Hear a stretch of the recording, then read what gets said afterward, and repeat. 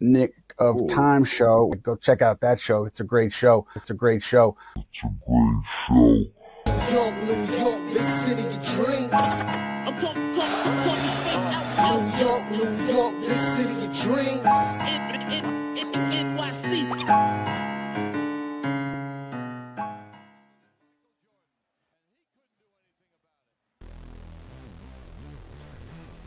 What's going on? This is Jay Ellis from the Knick of Time Show.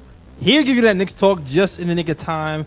And I am begrudgingly playing the victory music, even though the Knicks just beat the Nets 93-92 with a nail biter, with our leaders Jalen Brunson missing a free throw and Karl-Anthony Towns missing 2 clutch free throws. As B would say right before the show started, a win is a win, okay? OG Anunoby gives you 16 points and 2 steals. Brunson gives you 17 points and 8 assists. Clarkson chips in with 9 points.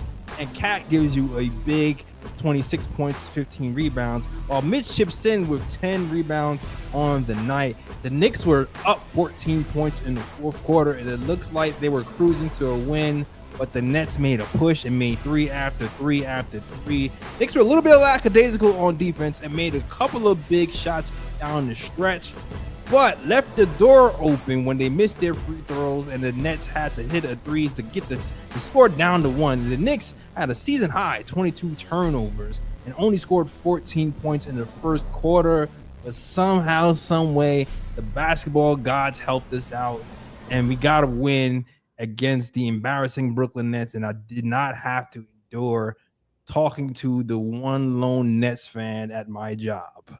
Thank you for saving me that embarrassment. The Knicks continue putting that BTA to them, getting 14 straight wins and keeping our neck on little brother. And we're going to talk about it all right? The good, the ugly, and the uglier, all right? Before we do that, I'm going to introduce you to the Latin assassin, ESPN contributor, Bleacher Report contributor, Lee Escobedo. What's good, Lee? Yo, glad to be back, man. What a wild 2 weeks it's been. I haven't really watched almost any Knicks. Was out of town watching the Texas State Championship, high school basketball championships. Then was in Austin on a food tour, checking out some new Michelin restaurants with my pops. Then had to take care of mom. Mom got a little ill, had to handle her. And then had a bunch of writing assignments I had knocked out. So I have not had a chance to watch very much Knicks or talk about my TOT family. And what a game to come back to. The best, worst win-loss of the season. Shout out Mitchell Robinson, MVP. That late second tip out really saved the game, made them have to shoot the shot from the backcourt, which basically eliminated any chance of an open 3. But at least we walked away with the W. I'm going to remain optimistic. There's something B said is before the show started, by the end of the season, you have to remember this win, right? If it was a loss, you would, but a win, you won't. So I'm going to stay positive and optimistic moving forward. But lots to talk about that we need to clean up before the playoffs. Yes. All right, cool. And I'm gonna go to our other co-host, our ex-AAU coach, B the Motivator. What's going on, B? It's a lot to digest because, as you know me, I've always been optimistic. But this is, I believe, the third or fourth game where we played a way below 500 team, and we've had to claw our way to a victory. So there are some things that you want to fix before the playoffs start. It doesn't change my belief on what we can do in the playoffs, but it does give concern. So Alexa, turn on. So I just want to get into that and see how we can fix some of these things and the things that we could be better at. But overall, like Lee says, a win's a win to me. At the end of the season, we don't go, oh, that's that one win we got that we only won by 1 point. You say we won, and this is another game closer to the 50-plus season that we could possibly still get. And another game closer to us clinching to the playoffs, the postseason. Well, listen, I'm gonna tell you something. Right before the show started, there was a little 30 second. There was a 10-second debate on whether I should even play the music or not. All right. I was like, I don't even know if I'm gonna play the victory music. B was like, I was a win to win. So I said, you know what? I begrudgingly said, you're right, I'll play the music. But even though I said that, I still have something to say about this damn win. Because I'm sure as hell know that Mike Brown is tired of repeating the same thing day after day. Because the same thing happened with the Golden State, which you almost lost, and a couple of other games. Lee, you missed a few games, and if you watched this game, you pretty much saw the last few games that you missed. because it's been the same thing. It's been playing a bottom feeder team, not competing to start the first quarter, clawing back, getting ahead, and barely getting by. That's been the pattern. And I kind of feel like the Knicks have a respect problem. They're not respecting the game enough to come out and put that BTA like they should be doing. It's the end of the year. They're waiting for the playoffs. They don't respect the team. They beat this same team by 54 points. So I felt like they thought they could just crip walk in the building and get a win easily. And that's not exactly what happened. and subsequently, the Nets, they came in here with blood on their mind. You already saw it. Like, the defense was way better. They forced 5 or 6 24-second violations, most turnovers of the season.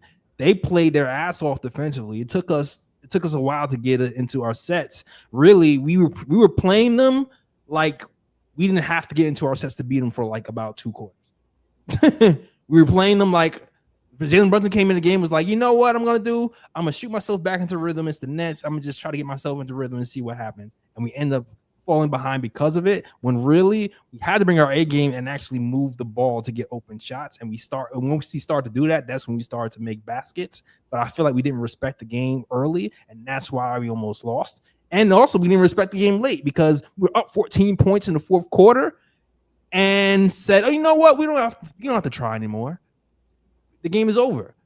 Next thing you know, the Nets are pushing the ball in transition, and the Knicks are not even going back in transition themselves. That's that's laziness. Lack of respect. That's thinking you're better than your opponents, which we have more talent, but that lack of respect almost lost you the game. We have to clean that up. I'm sorry I had a whole soliloquy. I didn't even mean to go on that long, but that's what I saw. I had to get it off my chest. I'm sorry. Go ahead, Lee. What you thinking? I agree with you, bro. I'm already seeing the chat being a little negative, I guess, is the best way he can say it. Sherwin saying that we're not really a championship contender. Another game where we're shameful for us to lose to a team that is, basically actively tanking. I agree with all those things, but if we are having a problem playing to our competition, not respecting the game, that's going to happen. It's the Brooklyn Nets. It's not going to happen. It's any opponent that we face in the playoffs. So I'm not worried about that carrying over into the playoffs, unless we end up facing like whoever the 10th seed is in the play-in. Maybe that team, if we move up in the standings and we end up playing someone really bad, maybe then we don't take them fully seriously. But a lot of things happen tonight that to me say, yeah, it's either going to be super close or we're going to lose, right? 17 turnovers. You turn the ball over 17 times, you're going to be in a position where you might lose. Any team can be any other team on any given night, right? So we also reverted to a lot of really bad trends. Lack of ball movement, right? Not getting to the offense early, no weak side actions, Brunson over dribbling while you're shooting 28% from 3, 17 turnovers, only dropping 93 points. Yeah, it's either going to be close or you're going to lose. Luckily, we have enough talent to where in the end, a talent differential is what helped us win this game, even though we didn't take advantage of the 14-point lead. Like you said, we gave Brooklyn a lot of second chances, and it took a lot of Brooklyn mistakes for us to win as well. I don't think a lot of that repeated laziness is going to come up in the playoffs, because I think in the playoffs we will respect our opponent no matter who it is. But yeah, on a random day, it's Utah Jazz or the Brooklyn Nets, or the Washington Wizards, who we play on Sunday, very possible that we could lose those games. But we're still not. Despite all of this, we are still top 5 in net rating. I believe we're top 3 in net rating since the All-Star break. We're top 5 in offense, defense. Come on now. Let's be honest about what we are. Yes, we are flawed. Every single team in the NBA is flawed. Every single team has issues they have to overcome before the playoffs start and after the playoffs start. But we have an unbelievable superstar closer. We have a lot of talent on this team and a coach that seems to be unlocking guys that Tom Thibodeau was unable to. I think it's all about the entire team, including the fan base, measuring their expectations and bringing the best they possibly can and overcoming the individual weaknesses for the betterment of the team once the postseason starts. In that, I am not worried. But is it concerning that we do play down to our food? Absolutely, without question. For the first time, I 1,000% agree with Lee from start to finish. Because I typically, when he starts his rant, he starts to just give it, and he stays like, you know what, we suck right now. This is what it is. But I'm with him. I'm with him.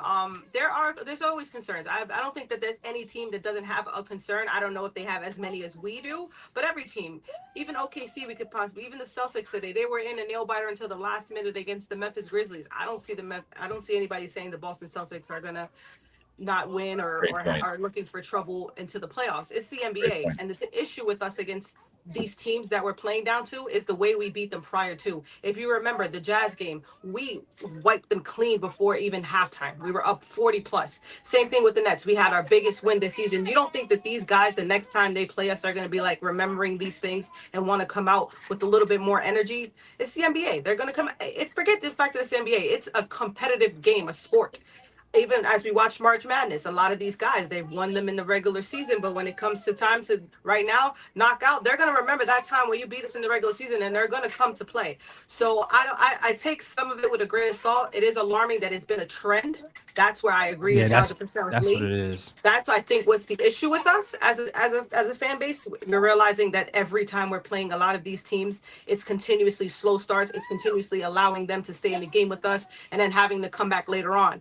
But I look at the positive side of, I remember last year there were so many games where we had fake comebacks. It was like, oh, here we got to come back, and then boom, we still lost. At least we're coming back and we're actually winning these games. It sucks how we have to go about it versus the specific competition, but that's something we can't ask for certain things, and then when we get it, complain about something else. One thing that we asked for was fight from this team. I've asked for that for years. Can we at least try to fight back and win these games? And we're at least fighting back to win them despite coming out the way we are. So yes, I am very concerned on how we're starting games. I am very concerned if we're going to go into the playoffs with this type of mentality and attitude. I am very concerned with the rotations and things like that. But what I'm not concerned is the fact of is their fight. And that's something that you're going to need come to playoffs. You're going to need to fight in a playoffs. There's not every game you're going to come out be winning. You're going to be down some games. And will we come back? I actually believe that there's going to be many games that we're going to be in and we might lose the edge, but we can fight to come back. So that's something that I'm not too concerned about. And I think that's a bigger concern than these other things that we're acting concerned about during the regular season.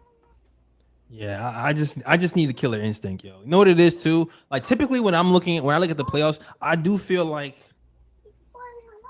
teams usually are ramping up into the playoffs, building up their habits. So when the playoff starts, you're like, I'm doing this, I'm doing this, I'm doing this. Like I don't feel like we're winning, but we're not ramping. I think that's what it is. Like I'm used to seeing the last 10, 15 games. All right, boom, we're focusing on this, and that. I don't know what it is. Maybe it's and you can't say it's a slow start because Josh Hart was in the game because Josh Hart didn't even play. Right. Okay, so the Josh Hart, there's 2 games right now where Josh Hart didn't start and we had a slow start. All right. So it's just like we just have to do better. It doesn't matter who's playing, whether it be Jose Alvarado, whether it be Josh Hart, whether it be Shamit. We just have to collectively as a team just play a lot better. But I will say this: thank God for Karl Anthony Towns.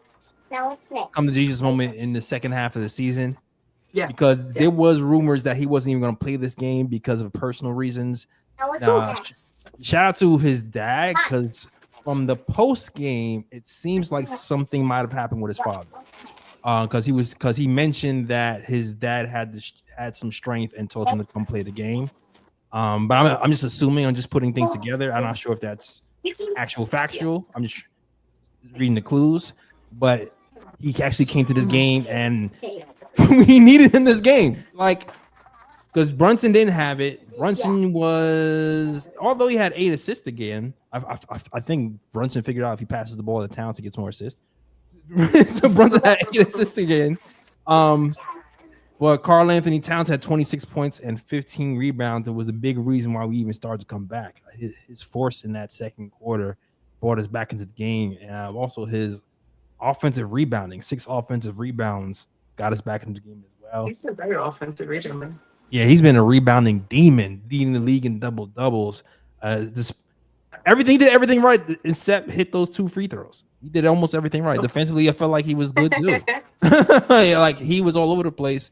So kudos to Karl Anthony Towns, and thank you for saving our butts, because I'm not sure what would have happened if he didn't play today. Right. Karl-Anthony Towns is absolutely, I said the last time I was on the pod, MVP of the Knicks since the All-Star break. I think he's earned himself into a second All-NBA team. To me, this has been probably his best all-around basketball that he's played this season, but specifically since the All-Star break, when he started focusing less on shot attempts and more improving his all-around game, specifically his communication on the defensive end and in rotation on the defensive end. Tonight, 26 points, 11 of 13 from the free throw line. That includes one crucial miss down the stretch, 15 rebounds. Holy hell, 6 offensive boards. Yeah. Wow. He's clearly right now the best Knick offensively since the All-Star break. I think he should lead the team. Again, I'm going to say this again. He should lead the team in shot attempts. I think he should also lead a team as a first option. He should lead the team as scoring the most points per game as well. He carried the Nets this game with his interior scoring. It was really the only clear advantage we had offensively over the Nets, and it was the only thing we could really depend on in this game because we shot 8 of 29 from 3. So we needed him to be an inside force and a hub.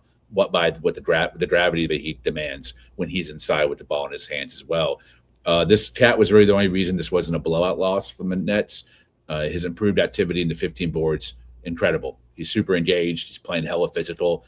Still, there were some unnecessary fouls, and I think he was a little bit whiny after some of the fouls. But if he's dealing with some issues with his family, specifically his dad, who I know he's very close to, but I'm not going to hold that against him. He's actually gotten his emotions, I think, in check because he's starting to funnel those frustrations at calls into more physical play on the offensive end and really becoming a putback monster as well. You can start counting on him to put back misses, not just his own, but others. So he's my MVP. He's my MVP for the season.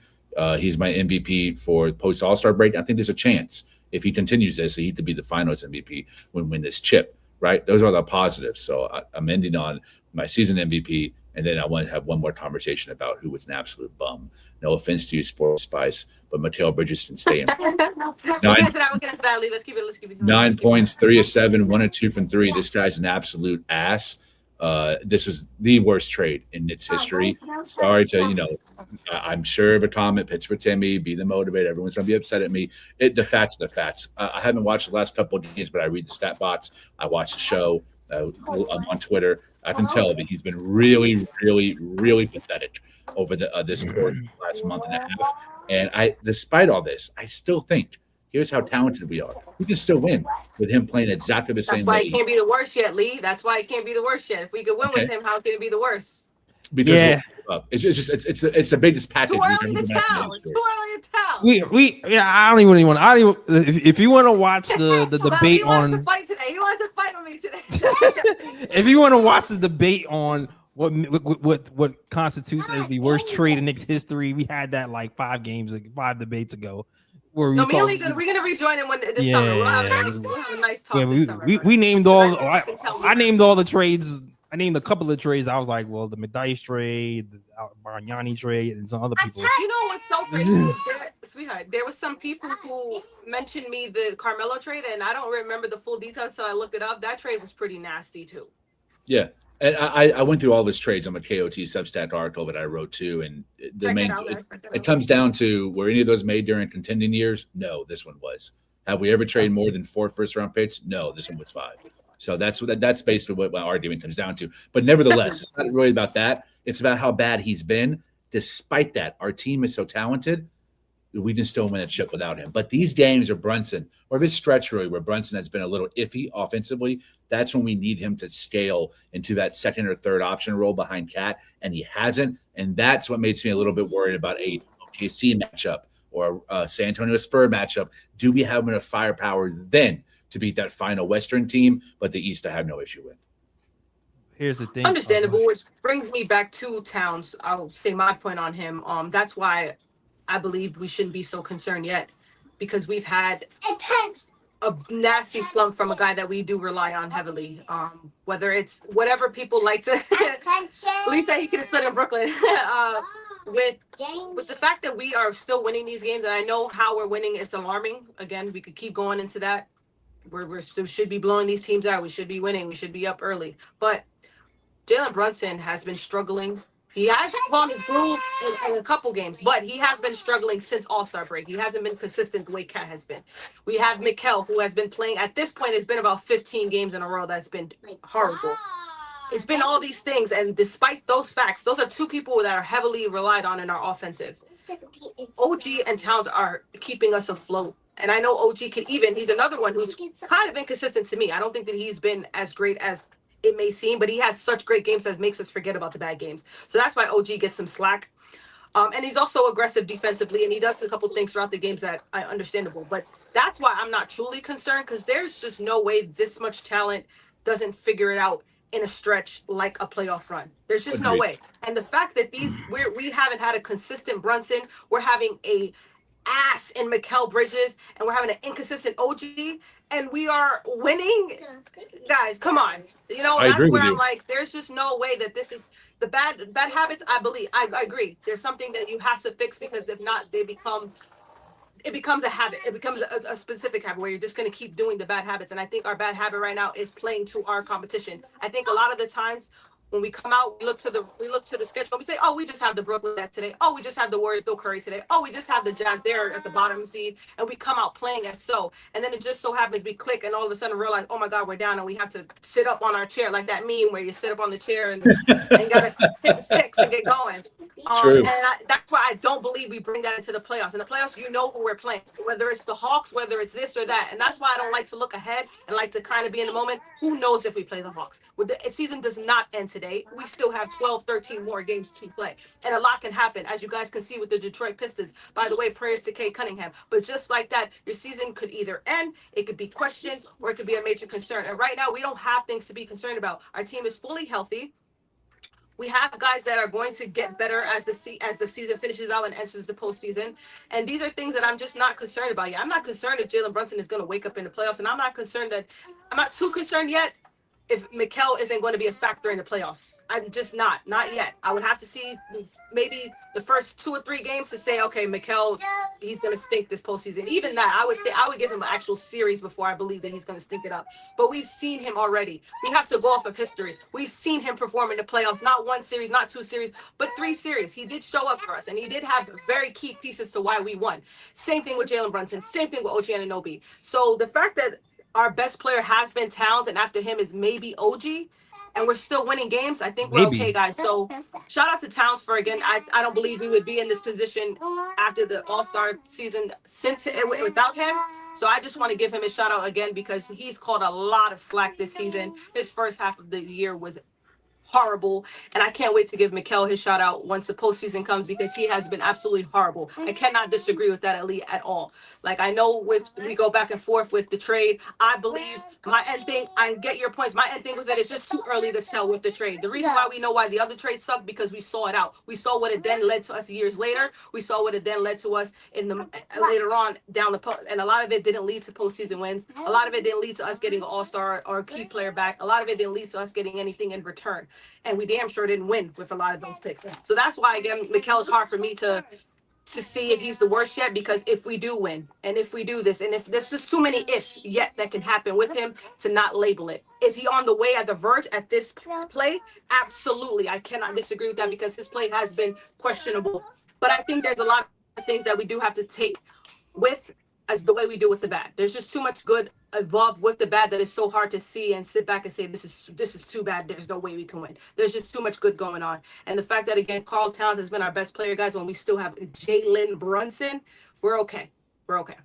That was a long ass monologue, but I agree with every single thing you said. I agree with all of it. Everything you said, I agree. 100%. Well said. I always say, if we win the championship, then people ain't gonna really be. Yeah, it's just too many ifs. There's too many ifs yet. Yeah, and you know what too? When we got Melo, by the way, that was one of the best trades. Why? Because it was Carmelo, and then we saw it through. Because time went on, so that's why we just need some time. Yeah. I'm not gonna get into that hole. We're gonna go down a rabbit hole. I have to go down. Yeah, like with the time, you just need more. Yeah. I understand. Yeah. I'll digress. Now, one thing I will say though is I'm seeing people saying OG didn't have a good game today. I thought OG had a pretty damn good game. Me too. I don't know about that. Started slow. I don't think we win. I don't think we win this game without OG having the game he had today. First of all, he didn't shoot. Yeah, not shooting the three well and not having a good game is two different things. Agreed. And here's the thing. this is the biggest difference between McCall and OG. The biggest difference, and why I feel like we can survive a McCall series where he doesn't play the greatest offensively, is because I do feel like OG has figured something out offensively. Agreed. That we haven't seen last year, and that is getting to the basket and drawing fouls and contact. And like Alex Wolf today had a very dunkable face, okay? And I felt like he got dunked on a lot by OG, and it was warranted because you know they came in there with their attitude. Mitch, they was trying to rough up Mitch. OG got called testy, was pushing it back and forth, and I felt like that unlocked OG. And when OG goes to the hole again and again and again, he can't really be stopped. And that's the one thing that OG has over McCall, is McCall hasn't figured out how to get to the hole and initiate contact and finish. So when McCall's jump shot is not going, he doesn't really have anything else to really go to. When OG's jump shot isn't going, he has something else to go to, and that's been the biggest difference between both of them. And that's why I'm still okay to know that we can beat teams if we have OG there and McCall is not shooting well all the way. Now, if OG goes down, we might be in trouble, which is a big reason why I felt like we was in trouble when OG went down during that Pacers series. Because when OG went down, I was like, uh-oh, I don't know about this, guys. I remember we had that conversation. He was like, I was like, I don't know. OG down, I don't know if he can beat the Pacers. And then we ended up losing because the drop-off in talent was that much. So we need OG. And I think he's a big reason why we can win, even if McCall isn't all the way there. Agreed. I think Jalen Brunson obviously is the most important player on the team. I would put OG Anunoby second, but just because of his corner shooting, the cutting, and the on and off ball defense is absolutely. He better make all defensive first team this season. He's absolutely earned it. I think that would be the first one of his career too. That cutting, it's a central part of a Knicks offense. You want to call it a wheel, pitch for Timmy, argue semantics, it's Princeton, it's motion, whatever you want to call it. It's all the same principles to varying degrees. And his cutting is a huge part of a gravity that opens up those corners. The corners are lifted. Now all of a sudden you have an open shot. You get it to him, or the Carl-Anthony Towns elbow experiment, or Jalen Brunson and Josh Hart above the break give him that really quick pass, and he's in a dunker spot. Ryan said in the chat, when he's in a dunker spot, he's one of the most unstoppable players in the NBA, and definitely the most unstoppable on the Knicks because of his verticality, his athleticism, his strength to be able to handle a defender on his back or around his arm. He can still finish around the rim. He's unbelievable. He's grown man business out there. Even the defense tonight, 2 steals, 1 block. I thought he was one of the most consistent active defenders tonight, along with Mitchell Robinson and maybe even Jordan Clarkson. Yes. And he was a part of most of those rotations that I think kept him from really breaking out on the three-point line. He did have some weak closeouts, but for the most part, when he was in there, I was more secure about the defense. I think we need more of his downhill pressure that he brings. Other guys, Hart, Bridges, Brunson, they have to remain active off ball. You have to create that. You have to reward OG for all the off-ball cutting he does by doing some of that yourself, even if it's a little bit of a backdoor cut. It doesn't be as aggressive as OG, right? You don't have the same footwork or strength. Do something that allows for the corners to lift and things to open up on for OG to have some nice mid-range shots or a corner shot, all that stuff. But he's very active, and I think that's going to bring into the playoffs. It's going to be a huge boon for us because even when someone's playing bad, his movement off ball allows other people to have opportunities for at least clean, efficient shots. And one thing I want to finish about Bridges, it's okay for him to play bad. One of the reasons because Jordan Clarkson's bailing him out. His man's off the bench, defensively and offensively. My guy's balling. Back in the rotation pitch for Timmy, not on the bench anymore. He's back, and I think he's going to be in the playoffs too. So I'm really happy to see that. We brought him in here to be a weapon. I've been up and down on him. I really wanted him here. JLS so far has been absolutely right in all the negatives. But if he's playing well, listen, that's a hell of a weapon to have in the postseason, and I'll run with it. So listen, Clarkson has been efficient, first of all. That's one thing he's been this second half that he has been in the first half has been efficient. Maybe not as much today, but still today, even if he's not as efficient, the defense has just been so much freaking better. Yes. Like light years better. I've seen him switching on to big men, and then good job, Mitch, covering for your little guy guarding the big man, making sure they don't even get that pass near the post. I feel like those two have some good synergy on defense. I see Clarkson again just fighting over screens. like hard body fighting over screens. Like he seems like he got tired of being benched. It looked like he got banished to the shadow realm. He's out and he's free, and he's like, I am not going back. He's playing with a pride that I didn't see him play with before. And it's a very noticeable. And if he keeps playing like that, you can keep playing, man. Like straight up. Cook. I think I agree with Lee about OG being the second most important player on the team. And what's crazy is I do have a crazy take. I think he can be the most important player to our team or a team in general if his offensive bag continues to grow throughout his career. Obviously, I think his availability is also questionable, but if he continuously get to offensive bag and his dribbling has to get better. If he can put his offense, if he can kind of, I know it's kind of a bootleg version, but like if he can get it like his offense like a Kawhi, he can be that type of player. I know it's hard to see because Kawhi is on his own level, and I don't try not to compare too much because I feel like that's a lazy take. But I think he can be the most important to our team or a team in general if he can stay healthy and if he continuously opens up his offensive bag. I think that kind of what derailed him in the past. He was always known as defense. He always had a defensive gift. But he wasn't a consistent shooter. And with us, we can see the three ball now. We see him get into the rack. We see him finishing. Yeah, even a little bit of a midi, not too much, but we see him just being a better offensive player. So I think with us, if he, again, plays like he did that Denver game, or he has some of the games that he had with us this season, and he plays like that in the playoffs, I think he spreads the gap wide open for us because I think Towns and Brunson are going to show up regardless, whether it be 3 games, 2 games, 4 games. It's not going to be just one game where we get Towns and JB. They're going to show up for a couple games throughout each series. But if we get OG at least 3 or 4 games where he's on his defensive-ish and then he's also offensively a nightmare, I just don't see how we can be a team to beat. So I think that's why he would be the most important at some point, because when he is I can't get it. shooting the ball very well, it's hard for us. It's just hard to stop us. It's just hard for us to stop us. So OG, to me, I agree. He is the second right now, but I think he could become the most important if he stays consistent offensively with his offense. Very hot take. It's a Clarkson, yeah.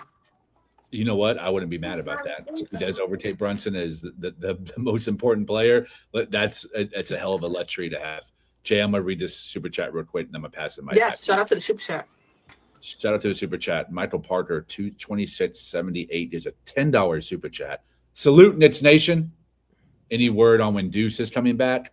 I'm hearing contact drills from what Bedley posted today on Twitter. That's great news. He should be back, I'm imagining, within a week or two. I think that would be a decent timeline for him to ramp up and get a shot back in rhythm before the playoffs start. But more importantly, listen, man, every penny that you guys give to the KOT channel, it goes toward paying our StreamYard subscriptions, as well as helping people level up on their lighting, their background. So once again, very much appreciated for every dollar and penny donated. Also, share the stream. Let people know that we're in here talking about the Knicks Nets. Let's get the numbers up and get a like to this video. Appreciate y'all. Yeah. As far as the most important versus second most important conversation, I feel like those people kind of been oscillating. Like there was a point in time this season where OG Anunoby had the highest net rating, or like a top 5 highest net rating, not in the Knicks, or like in the entire NBA. You know what I mean? Right before he got injured, he had and then you turn around and you're like, man, if Karl-Anthony Towns only played defense, he'd be a weapon. Look what happened. Karl-Anthony Towns is playing passable defense now. He's playing a great defense in spots, and now he has the best net rating on the Knicks team out of anybody. So it's like that's what makes this team so dangerous. That's the talent level and the two-way ability of players that wasn't even a two-way play before can just come to the forefront out of nowhere. And you can be unpredictable in that regard, and that's why I feel like we can beat any team if we really play the right way. I did want to say, Lee, OG just has to play 9 more games to possibly make the defensive thing. So we have 12 games. It is possible for him to get that. I think he will. He deserves it.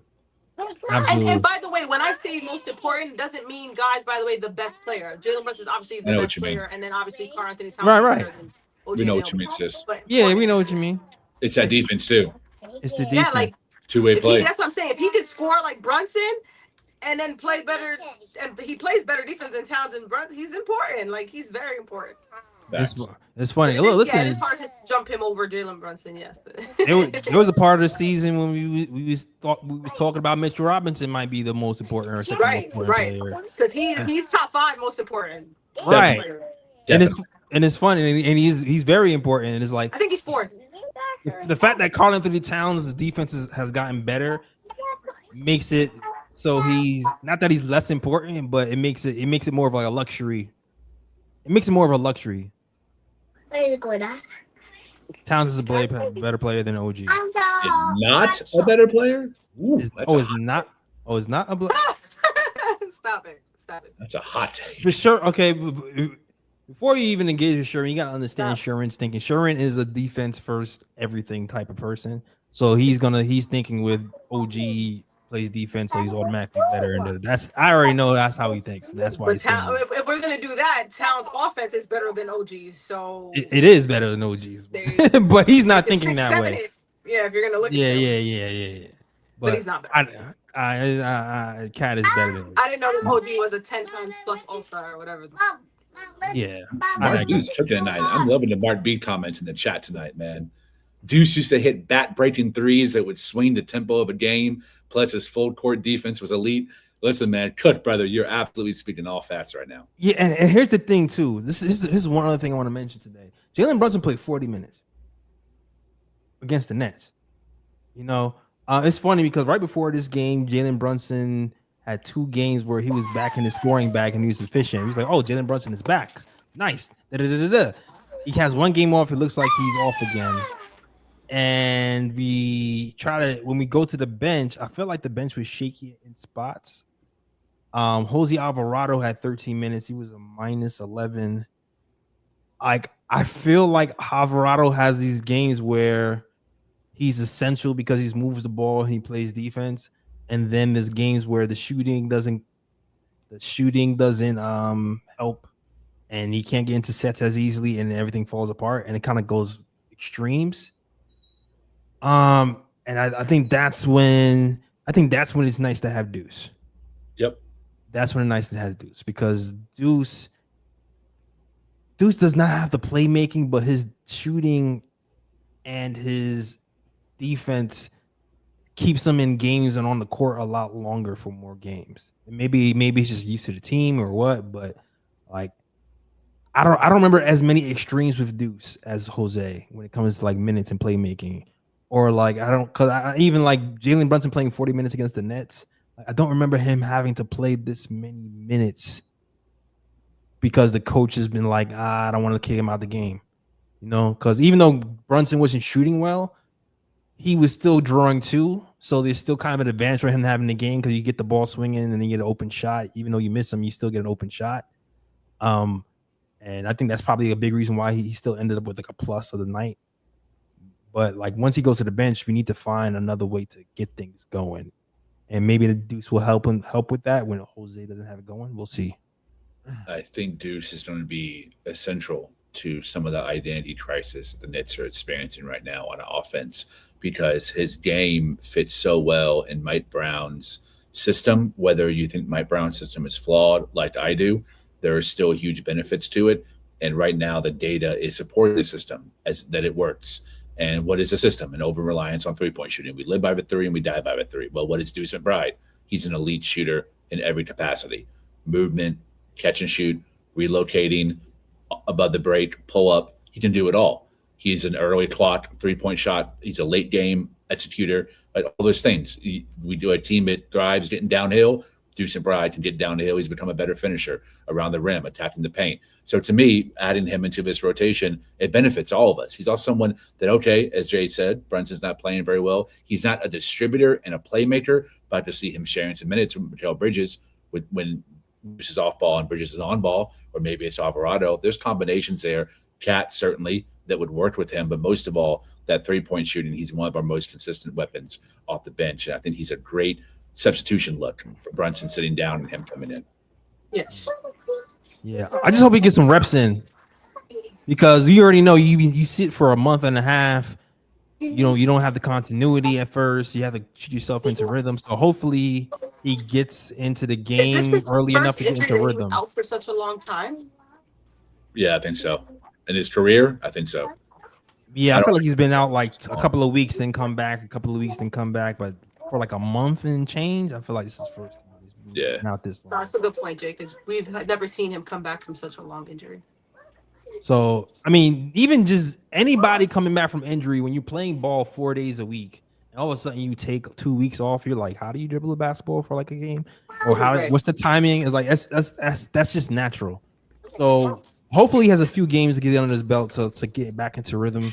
You don't have to like get back into playoff intensity basketball while trying to work yourself back into shape and being a dead eye shooter again. Hopefully he gets a couple of games under his belt. I got a question for I y'all. did want to. Oh, sorry. I did real quick. I did want to say, we did have 16 games where we scored 130 points, which is the most in the NBA and most in Knick history. So I know, like you said, just to kudos to Mike Brown's system. I know it's flawed, but there are some things that he did this year that was pretty amazing, having us top 10 in defense and offense. And then also we've scored 130 points 16 times this season, guys. That's a lot.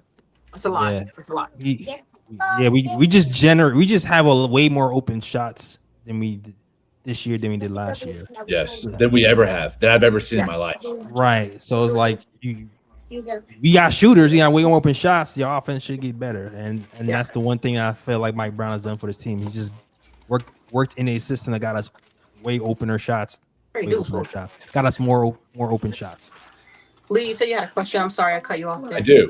I have a question. I've seen this question kind of become more frequent on Twitter, and I've been reading some articles that are suggesting this as well. So I'll start it. The question is, are you concerned at all about Jalen Brunson since the All-Star break? The stats are match the eye test in inefficient shooting, an increase in turnovers, while there's also been an increase in assists. For sure, there's been some good there. He's becoming a more sturdy playmaker, more dependable playmaker. It also looks like he's lost a little bit of his burst off the dribble with that first step. Missing free throws has been something that has always been an issue with him in crunch time since the Dallas days. But some people think that maybe he's fallen off a little bit. The teams have figured him out, or maybe there's a conversation to be had. Is he a superstar, or is he just a star because of how he straddled versus the blitz and the pressure, and especially switching defenses have really cost him to get a little bit out of sync and kind of go a little bit overboard on the selfish tunnel vision on the offensive end. Are you guys worried at all about Jalen Brunson going to the playoffs? Do you think he'll shoot himself out of his stretch? What's your overall assumption? You can't live in the moment because when you do, you tend to forget about a lot of history. Jalen Brunson has been one of the greatest players in the last 2-3 years. And he's shown that not only in the regular season, but in the postseason. He has been one of the greatest closers in today's game. He has been one of the most consistent, despite some of the inconsistencies recently. But he has shown time in and time out why not only should he get paid more, but he should be a number one option on a team. So no, I have zero concerns for Jalen Brunson. I think the issue with Jalen Brunson is that he has a new coach this year, and he is trying to adjust his game throughout I love you. his throughout the season. And on top of that, Jalen Brunson has changed his two-man from Randall to Towns, and there's a lot of things that just have to be remembered and adjusted throughout time. If he's been playing with Towns for 5 years now and he's been under Brown for 5 years, yes. But I've seen him adjust to Randall as time went on, and I've seen him even adjust now, even towards the end of the season. He's now getting the ball to Towns, and That's a big reason why Towns is cooking too, that a lot of people don't want to talk about because they like to call Jalen Brunson a ball hog. But no, like every week. Yeah, there's no concern with Jalen Brunson just yet. I think a lot of it has to do with him adjusting his game of realizing I have to facilitate more, but also him trying to tell himself that I'm a great closer. So how do I facilitate and close? How do I get my offense going and do this and do that? And like I told Jay on one of the other shows, he's just too good not to figure it out. I don't think that we should have PTSD with thinking that we got somebody and then it might all crumble. I think that Jalen Brunson really is the real deal. And I hope there's no comparison to the players, but I hope his career turns out the way Curry's did. Curry, if you guys don't remember, the first 5-6 of his years, a lot of people question his ability due to the injuries and due to the inconsistencies. And then boom, before you knew it, he was a bona fide superstar NBA champ. So I hope that that's the same case with Jalen Brunson, not comparing their games, just comparing the career-wise, where I think a lot of it has to do with his ankle and his injuries, on top of with having a new coach and having a new two guy and things of that nature that go into him and just him adjusting his game. Other than that, no, I wouldn't be shocked that he averages a 30 again this postseason. No. Well said. Very well said. I don't really have anything to add to that. She cooked.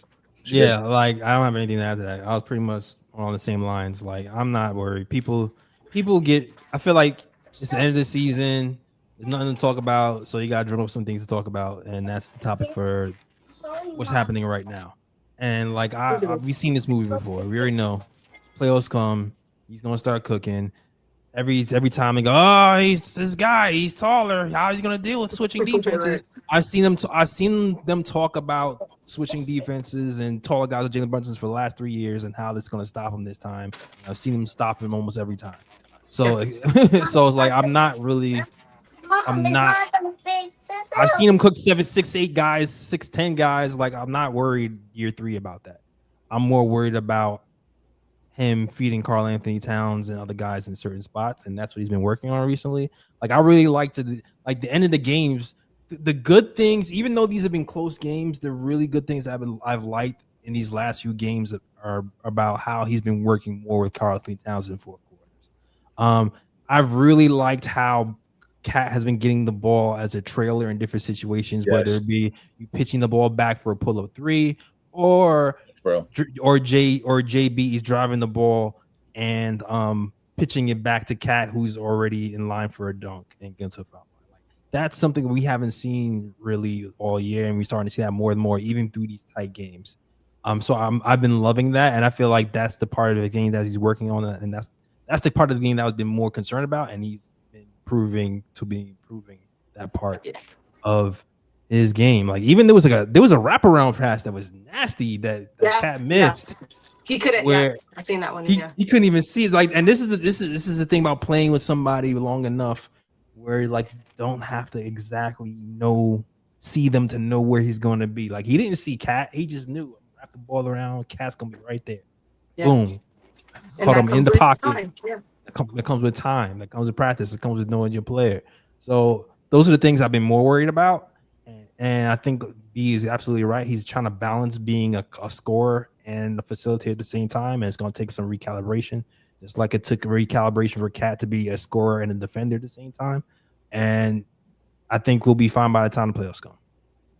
And another thing I did want to add, I'm sorry, was why are we concerned about Harden when it comes to the playoffs? Because he's consistently showed us that he does not show up. When has Jalen Brunson showed us that we should worry about him entering the postseason? Until that happens, I don't think we should. No, to answer someone's question, that's why there's no concern. Until he shows me that he's incapable of showing up in the playoffs, I am not concerned about Jalen Brunson entering the postseason. I apologize. No, it's all good. Go ahead and cut. You can cut in all episodes.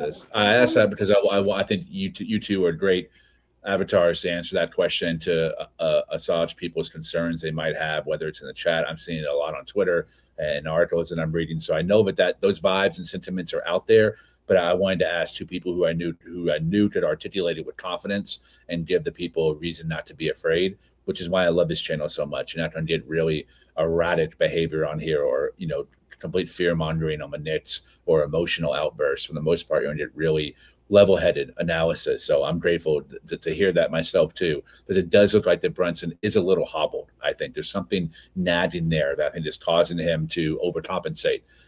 But on the flip side, I think Mike Brown has unleashed this offense in segments, like in phases. And I think right now you're seeing a phase where he's ramping up the pick and roll opportunities between him and Cat. You're seeing an increase in that. Whether they're successful or not, to me, doesn't really matter. It's just getting that feeling and that chemistry between them, to that to be more instances where those touches are happening in the course of a game.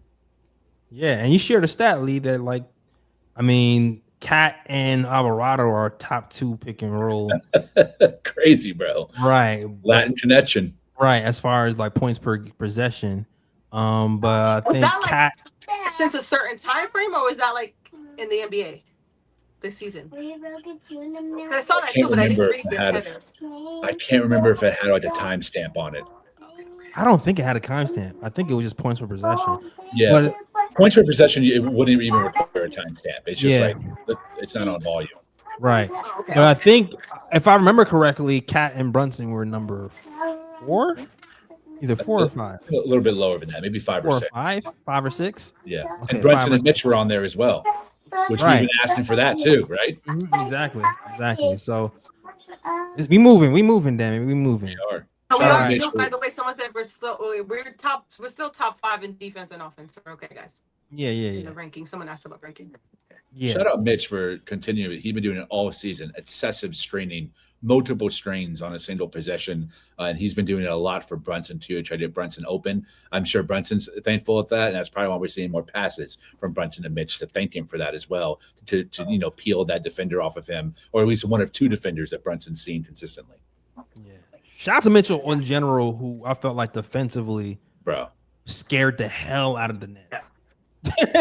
Like I feel like every time the Nets went to the hole and saw a miss, they just tried something and threw the ball at the rim and it looked ugly. It looked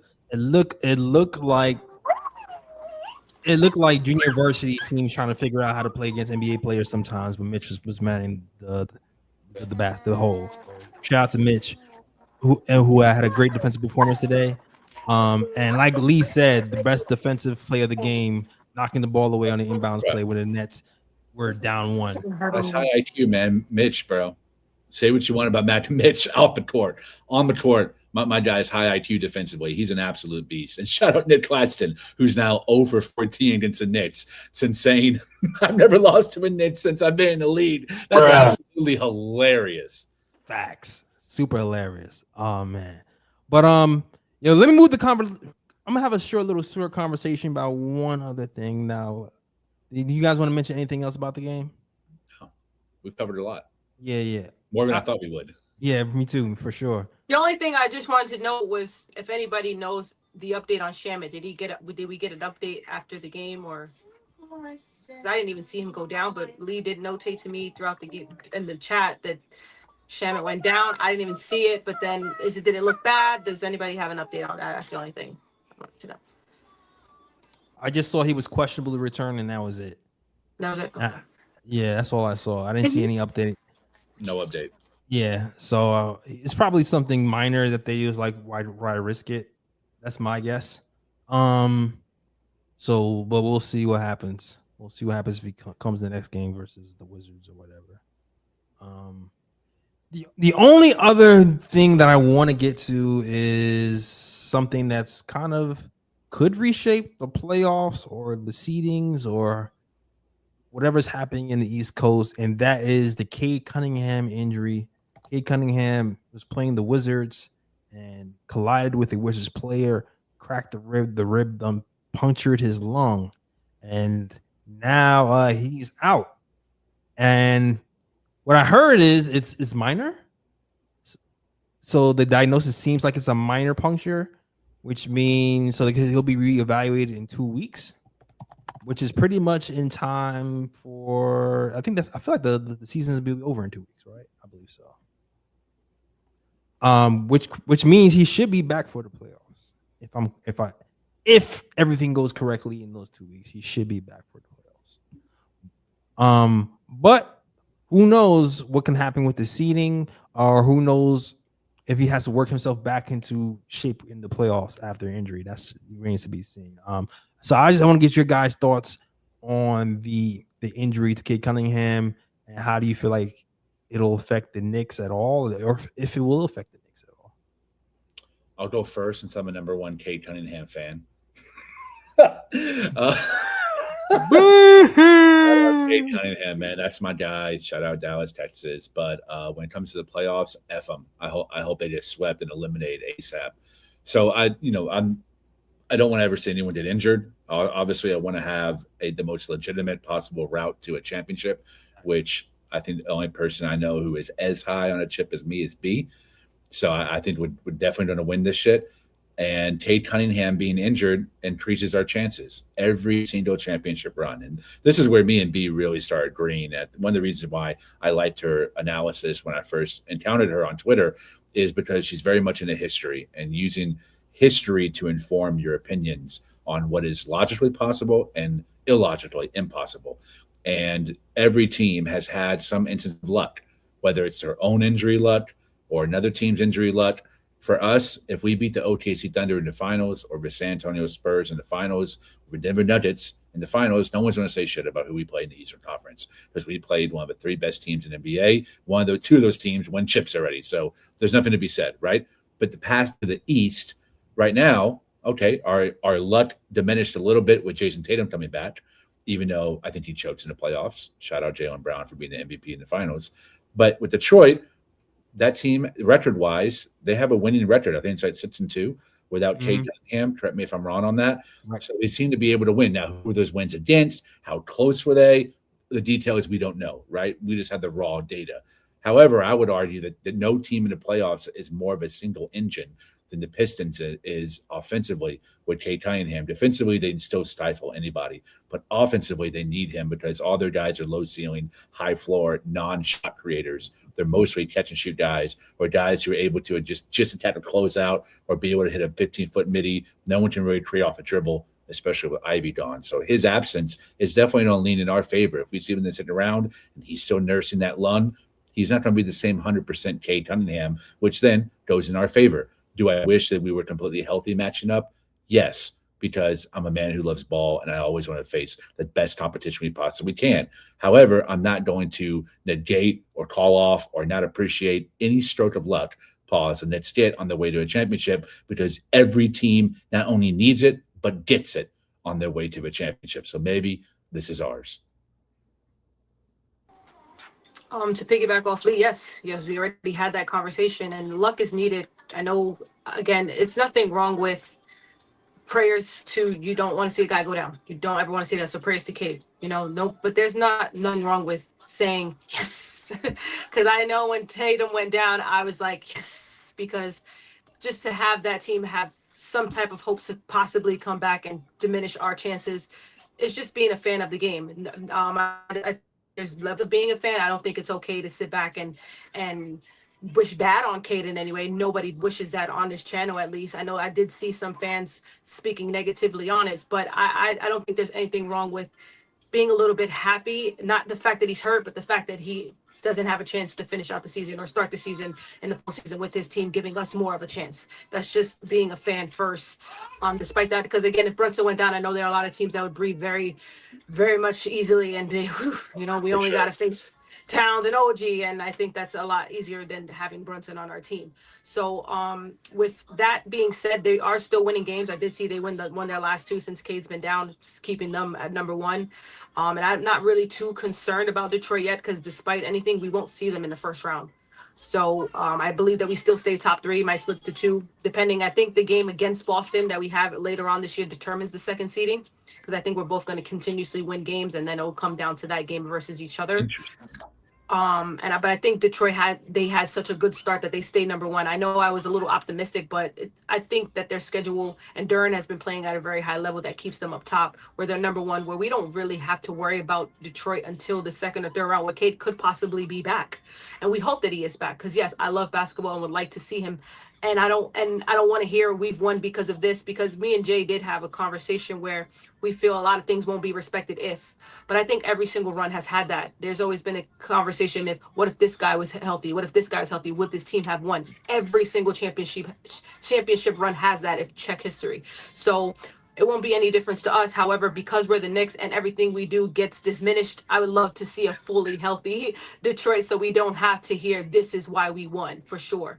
But so that's why I would want Cade. I want Cade because he would, yes, I agree. I want Cade because it would not only put us against the best and prepare us to get to the finals if we possibly see it, OKC or even the Spurs. And I think that's what helped us last year, the Detroit series. If we didn't play them, I don't think we could have gotten one against Boston. They prepared us very well to play the Boston team. So I would love to have the best competition to prepare us to get to the highest level, which is the finals, and then win it. But to me, I don't think Detroit falls off too much. the regular season. Postseason is a whole different thing. I think they're going to need Cade tremendously. So if he's not back by then, yes, Detroit can be bounced, and that is very happy news for the New York Knicks. So as long as I'm a Knicks fan, whatever helps us get it to the finals.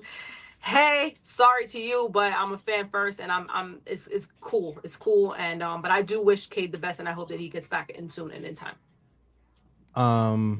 My perspective is this: like, competition means a lot to me, and I'm definitely a fan first, but I'm also a person who I feel like the journey to the prize means more. Like, it means more to win when you know you have to go through some shit to win.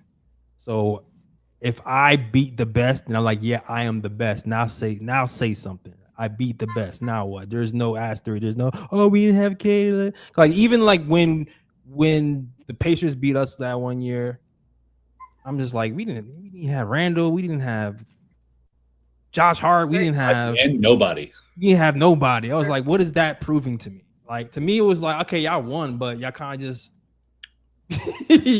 got lucky. Even the Atlanta, you know what I'm saying? It was out for paying, like, bro. Right. So I'm saying, it's like, I want to beat the best, and so I rather beat the Pistons at their full capacity than whatever. Now, here's the thing: the conversation that we was having in the group chat that they were referring to, I think something got missing in translation. If the Knicks beat OKC or win the championship, that doesn't matter. That, like, the Detroit, us beating Detroit without Cade doesn't matter, because if we win a chip, we win a chip. Exactly. That trumps everything. Exactly. That trumps absolutely everything. What I was saying in the group chat is, if we beat the Pistons and then lose the chip, then there's an asterisk, because you're like, okay, yeah, you beat the Pistons, but they didn't have Cade. They didn't have, you know what I'm saying? But if you win the chip, what are you gonna say? We beat the champs from last year. Right. So I think so like, that's how I feel about it. I want to beat the best. I want to beat who's in front of me. I feel like the glory is bigger when you beat the best. It's also very important to remind everybody we've already beat Detroit. I know that they're like, I would say that they're improved. Wouldn't say marginally. I think their role players are better this year than they were last year collectively, and everyone has one more year of experience, but we still beat them last year. They did not beat us. So they're not a team that's like in our way or the mountain we can't get over. We already beat them. It didn't even take 7 games. Yes, the total amount of points was single digits for what we did against them, but we beat them in 6 games on one of the best shots in Knicks playoff history, that dagger 3 crossover on their best defender, Usher Thompson. So let history speak. One of the best defenders, by the way. Facts. So we'll see. We got to worry about the first round, and we don't see Detroit in the first round. Yeah, well, we'll see what happens, though. We'll see what happens. Like, they're 6-2 since Cade has gone down, but that 6th is against the Wizards. You know what I'm saying? So I don't know what the other 5 was, the 5 and 2. But we'll see what happens moving forward. If they even slide in the standings, if the Knicks get the 2nd seed or the 1st seed or whatever. I'm hoping the Knicks at least get the 2nd seed. That's what I'm hoping. Me too, bro. Me too. And I think we can. We play the Celtics next. I mean, we play the Celtics soon. We have a little bit of a gauntlet coming up. After playing a bunch of bottom feeder teams, we play Charlotte, then OKC, then Houston. I'm really looking forward to that. And yeah, I'm ready, man. I'm ready to get some meaningful basketball back. All right, yo. Let's close the show out. Lee, let them know they can find you, man. Hold up, I got 2 picks before I let people know where to find me. The first one's on Mike Brown. Just saw Stephon Bondi posted a quote from his post game. Mike Brown said, "Jordy outcoached me. They outplayed us in a lot of areas. I like that our head coach is taking responsibility, even in a win, to say that he got outcoached." You know, I'm not a Tom Thibodeau hater. I respect the man, but I don't know if I've ever heard him say that, especially during the win. So shout out to Mike Brown for having some humility and admitting the truth. He was outcoached, in my opinion, by Jordy. Talent won tonight, not coaching strategy. And who knows Mike Brown better than his former lead assistant and Jordy Fernandez when they were in Sacramento together. So it made sense that was possible. Also, in the first quarter, I texted in the group chat, why the hell did Boston give up Josh Minot for spare change? And damn it, did he have a game? Shout out that young man. He is a talent. I was watching the Nets broadcast, and they said this was the best defense the Nets played all season. So they really had this game circled on their calendar. Minot played with Karl-Anthony Towns in Minnesota. I think he had this circled on his calendar, facing his former teammate. And his quote after the game is, I played with Cat for 2.5 years. I know him like this, and he doesn't like physicality. I love Cat, but he doesn't like physicality. That's my boy. I hope this angers him. I like that. Listen, those type of quotes, I think that's coming from a place of love. Hopefully it also inspires Cat to continue the physical dominance and continue playing nasty and mad as hell. You want to argue? Go ahead. No, I mean, he doesn't like physicality, but he had 26 points. I think 18 rebounds. He's speaking too much behind the scenes, kind of knowing yeah, I feel you. And what's being said on the bench. But if you want to argue with me, debate with me on Twitter, find me at _Leah Stabito, LEE. He did get a tech today. That's true. Was that his first tech of the season? I think so. I don't know. I haven't seen him really get angry after all that. Yeah. He complains a lot, so who knows? Yeah. All right. I did have a bro pick, but I got to bring, of course, March Madness up. It's just to anybody who had, I'm a big Duke fan, as many know. I know it's a little crazy. A lot of people are like, you're a Duke fan. I'm a Duke fan. Shout out to anybody who picked UNC to get past the first round, because it's like today with the Knicks, if you don't show up against somebody, you can get your butt whipped and you can get sent home just like that. So I love to see UNC go down as a Duke fan. So I know they get a lot of slack, because I know I get a lot of slack for being a Duke fan, but it's nice to see them go down in the first, because they had a lot of people had them in the Sweet 16 or even getting past at least the first round. So bro picked anybody who had UNC going deep. All right. Yo, Novak. I'm dead. All right. Think Hubert should be fired, by the way? Did you guys see that? Does anybody in the chat, by the way, if anybody likes to talk about college basketball, do you guys think Hubert should be fired? Do you guys? Because that's another question that I had for you guys. A lot of people were saying, yes, I think Mike Brown was outcoached today. I do agree. But I was having an argument with somebody on Twitter with them blaming Brown, and I think sometimes we have to put the blame on two players. Like Mike Brown did not turn the ball over. Mike Brown was not shooting those threes today. How much do you guys feel the coach should get the blame for how players play, pretty much? I think it varies game to game, in my opinion. Tonight, I think that the team collectively was out-hustled, and we started the game without really like a fire or that we cared. And I think when a team plays down the competition, that's a game plan, that's a scheme thing, and that's coaching and leadership in the locker room, in my opinion. I think the fact that he said that he got coached means he felt like he got coached. That's one. But like to me, effort shouldn't have to be coached, especially for a veteran team. So I don't think necessarily a team not playing hard means it's the coach's fault all the time. Right.